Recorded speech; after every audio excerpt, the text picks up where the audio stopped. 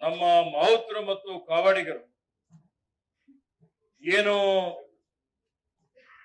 ವಿಶ್ವವಿಖ್ಯಾತ ದಸರಾ ಮಹೋತ್ಸವದಲ್ಲಿ ಅತ್ಯಂತ ಎಲ್ಲರಿಗೆ ಪ್ರಮುಖವಾದಂಥದ್ದು ಆಕರ್ಷಣೀಯವಾದಂಥದ್ದು ಜಂಬೂ ಸವಾರಿ. ಈ ಜಂಬೂ ಸವಾರಿಯಲ್ಲಿ ಏನು ನಮ್ಮ ಆನೆಗಳನ್ನು ಅಂಬಾರಿಯನ್ನು ಹೊತ್ತುಕೊಂಡು ಇವತ್ತು ಹೋಗ್ತವೆ, ಅದನ್ನು ನೋಡ್ಲಿಕ್ಕೆ ವಿದೇಶಿಗರು ಸಹಿತ ಇಲ್ಲಿಗೆ ಆಗಮಿಸ್ತಾರೆ. ಈ ಆನೆಗಳನ್ನು ನಿರ್ವಹಣೆ ಮಾಡುವಂತವರು, ಅದರ ಪಾಲನೆ ಪೋಷಣೆ ಮಾಡುವಂತವರು, ಈ ಆನೆಗಳನ್ನು ಇವತ್ತು ಪಳಗಿಸುವಂತವರು, ಅದರ ಎಲ್ಲಕ್ಕಿಂತ ದೊಡ್ಡ ಜವಾಬ್ದಾರಿ ಅಂತ ಹೇಳಿದ್ರೆ ಮಾವುತರು ಮತ್ತು ಕಾವಾಡಿಗರದ್ದು. ಇವತ್ತು ಆ ಮಾವುತರಿಗೆ ಕಾವಾಡಿಗರಿಗೆ ಪ್ರೋತ್ಸಾಹ ಮಾಡಬೇಕು, ಅವರಿಗೆ ಸ್ಫೂರ್ತಿ ಕೊಡಬೇಕು. ಆ ದೃಷ್ಟಿಯಿಂದ ಇವತ್ತು ನಾನು ಇಲ್ಲಿಗೆ ಬಂದಿದ್ದೇನೆ. ಮತ್ತೆ ಈ ಒಂದು ಸಭೆಯಲ್ಲಿ ವಿಶೇಷವಾಗಿ ನಮ್ಮ ಎಲ್ಲಾ ಕಾರ್ಯಕ್ರಮಗಳನ್ನು ಜನರಿಗೆ ತಿಳಿಸುವಂತಹ ಕೆಲಸ ಮಾಡುವಂತವರು ನಮ್ಮ ಮಾಧ್ಯಮದ ಮಿತ್ರರು. ಎಲ್ಲಾ ಮಾಧ್ಯಮದ ಮಿತ್ರರಿಗೆ ನನ್ನ ಪರವಾಗಿ ನಿಮ್ಗೆಲ್ಲರಿಗೆ ಸ್ವಾಗತವನ್ನು ಬಯಸುತ್ತಾ, ನಮ್ಗೆಲ್ಲ ಗೊತ್ತಿದೆ 2025ರ ನಮ್ಮ ದಸರಾ ಮಹೋತ್ಸವ ಅತ್ಯಂತ ಸಡಗರ ಸಂಭ್ರಮದಿಂದ ವಿಜೃಂಭಣೆಯಿಂದ ಆಚರಿಸಲಾಗ್ತಾ ಇದೆ. ಇವತ್ತೇನು ಇದಕ್ಕೆ 500 ವರ್ಷಗಳ ಇತಿಹಾಸ ಇದೆ. ವಿಜಯನಗರ ಅರಸರ ಕಾಲದಲ್ಲಿ ಪ್ರಾರಂಭ ಆಗಿ ಅದರಲ್ಲಿ ವಿಶೇಷವಾಗಿ ಮೈಸೂರು ಅರಸರು ಇದನ್ನು ಬಳುವಳಿಯಾಗಿ ತೆಗೆದುಕೊಂಡು ಇದಕ್ಕೆ ಅಂತಾರಾಷ್ಟ್ರೀಯ ಮಟ್ಟದಲ್ಲಿ ವಿಶ್ವವಿಖ್ಯಾತಿ ದಸರಾ ಮಹೋತ್ಸವ ಅನ್ನುವಂತ ರೀತಿಯಲ್ಲಿ ಏನಿವತ್ತು ನಾವು ಆಚರಣೆ ಮಾಡಿಕೊಂಡು ಬಂದಿದ್ದೇವೆ.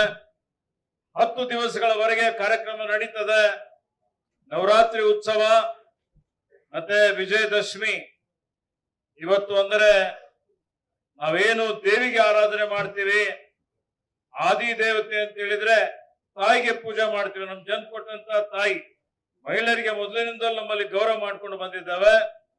ಪುರಾಣದಲ್ಲಿ ಯಾವ ರೀತಿಯಲ್ಲಿ ಮಹಿಷಾಸುರ ಮರ್ದಿನ ಅಂತ ಹೇಳ್ತೀವಿ, ಅಂದ್ರೆ ಯಾರು ಇವತ್ತು ರಾಕ್ಷಸರ ಸಂಹಾರ ಮಾಡುವಂಥದ್ದು, ದೇವರ ಆಶೀರ್ವಾದ ಪಡೆದು ಲೋಕಕ್ಕೆ ಕಂಟಕರಾಗಿ ಬಂದಂತ ಏನು ರಾಕ್ಷಸರನ್ನು ಇವತ್ತು ಸಂಹಾರ ಮಾಡುವಂಥದ್ದು ಆ ದೇವಿ ಮಾಡ್ತಾಳೆ.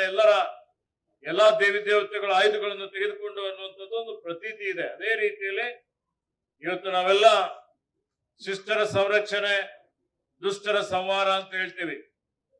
ಅದಕ್ಕೆ ಈ ರೀತಿಯಲ್ಲಿ ದೇವಿಗೆ ಆರಾಧನೆ ಮಾಡಿ ಶಕ್ತಿ ಕೊಡಿ ಅಂತ ಹೇಳ್ತೀವಿ. ಆ ಶಕ್ತಿ ಏನಿದೆ ಅಲ್ಲ, ಅದನ್ನು ಒಳ್ಳೆಯ ಕಾರ್ಯಕ್ಕಾಗಿ ನಾವು ಉಪಯೋಗ ಮಾಡಿಕೊಳ್ಬೇಕು ಅನ್ನೋಂಥದ್ದು.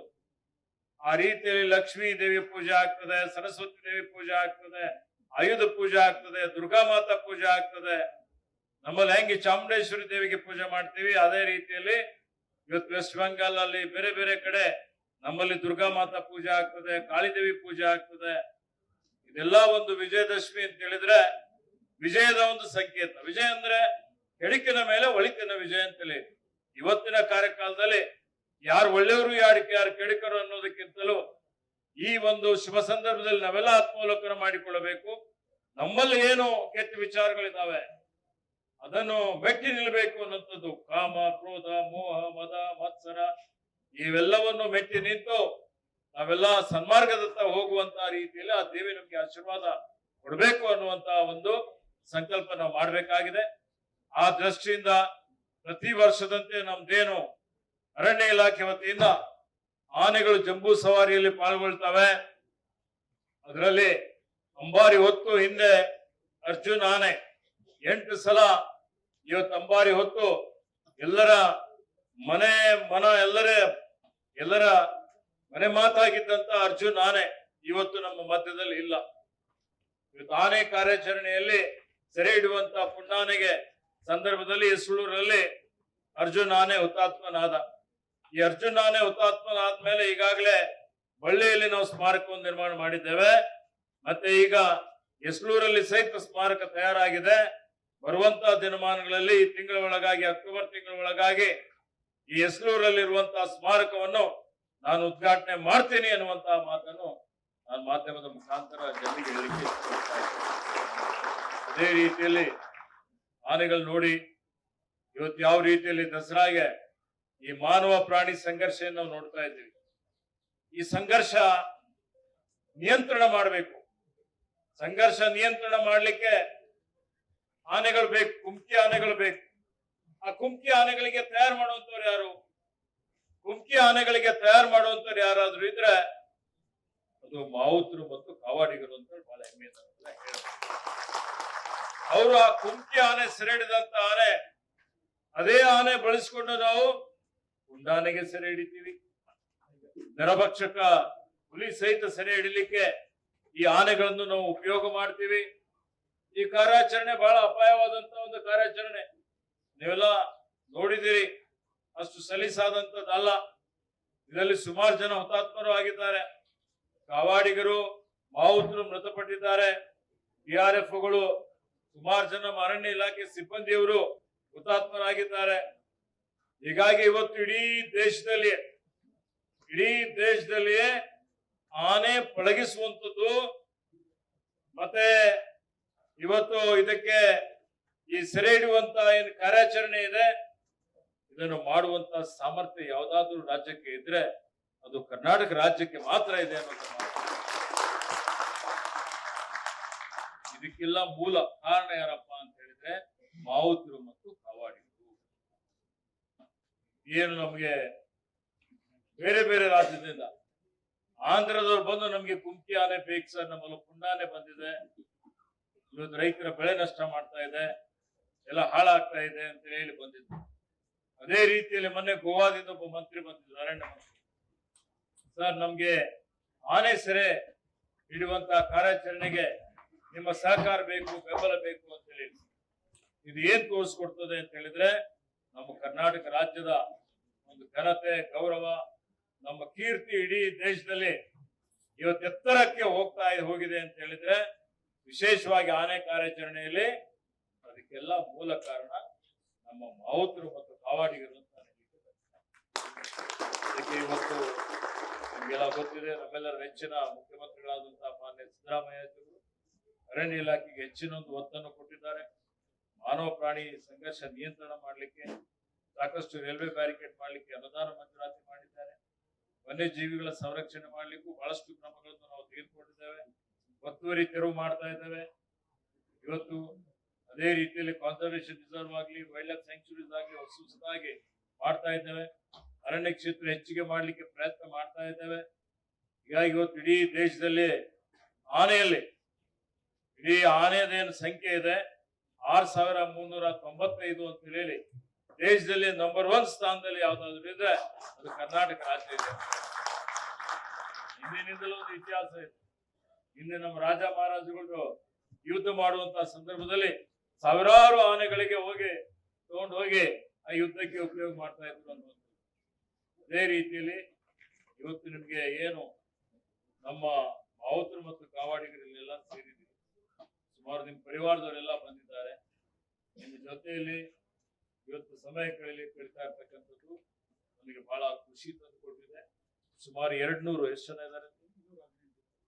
218 ಜನ ಇವತ್ತು ನೀವೆಲ್ಲ ಇಲ್ಲಿ ಬಂದಿದ್ದೀವಿ. ನಿಮ್ಮೆಲ್ಲರ ಅನೇಕ ಬೇಡಿಕೆಗಳಿದ್ದಾವೆ. ಈಗಾಗಲೇ ನೀವೆಲ್ಲ ಒಂದು ಪ್ರಸ್ತಾವನೆಯನ್ನು ಸಲ್ಲಿಸಿದ್ದೀರಿ.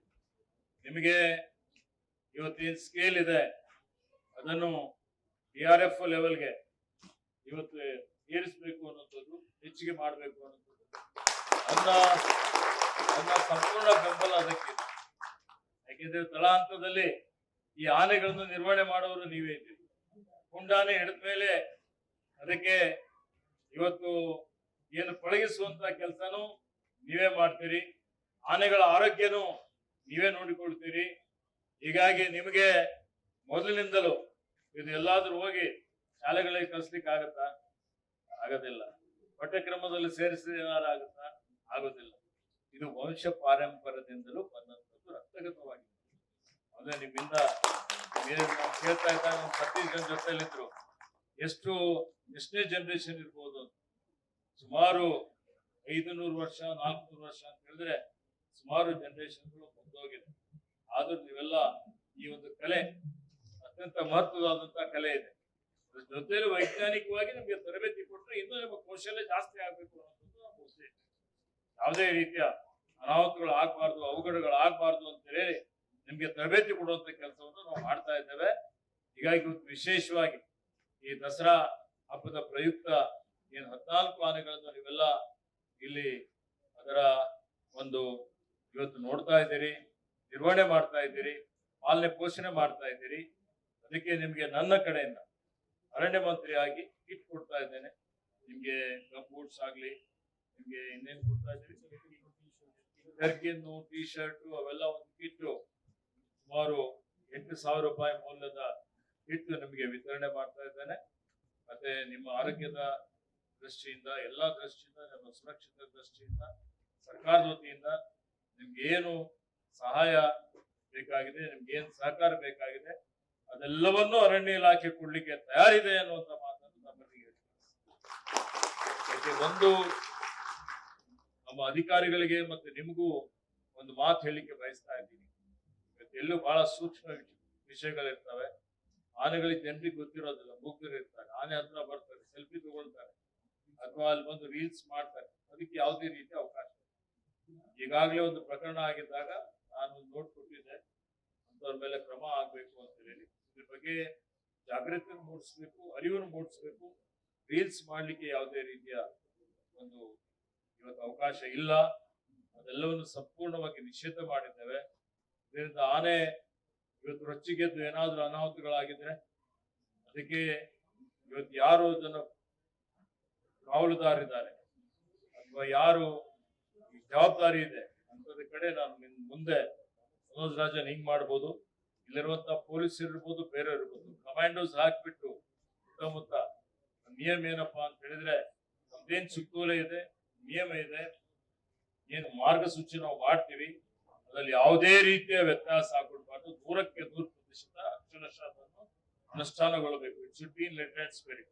ನಾವು ಬರೀ ಲೆಟರ್ ಕೊಟ್ಟಿವೆ, ಅನುಷ್ಠಾನ ಆಗಿಲ್ಲ ಅಂದ್ರೆ ಉಪಯೋಗ ಆಗೋದಿಲ್ಲ. ಅದು ಆಗ್ಬೇಕು. ಆಗದೇ ಇದ್ರೆ ಸಂಬಂಧಪಟ್ಟವ್ರ ಮೇಲೆ ಬಹಳ ಇದು ಅತ್ಯಂತ ಗಂಭೀರವಾಗಿ ಪರಿಗಣನೆ ಮಾಡಲಾಗುವುದು ಅನ್ನುವಂತ ಒಂದು ಎಚ್ಚರಿಕೆಯನ್ನು ಕೊಡಬೇಕು. ಇಂಥದ್ದು ಮತ್ತೆ ಮರುಕಳಿಸಬಾರದು ಅನ್ನುವಂತ ಒಂದು ಮಾತನ್ನು ಇಲ್ಲಿ ಹೇಳುತ್ತಾ, ಅಭಿಮನ್ಯು ಮಾವುತರಿಗೆ ಮತ್ತು ಕವಾಡಿಗರಿಗೂ ನಾನು ಹೇಳಿಕೆ ಬಯಸ್ತಾ ಇದ್ದೀನಿ.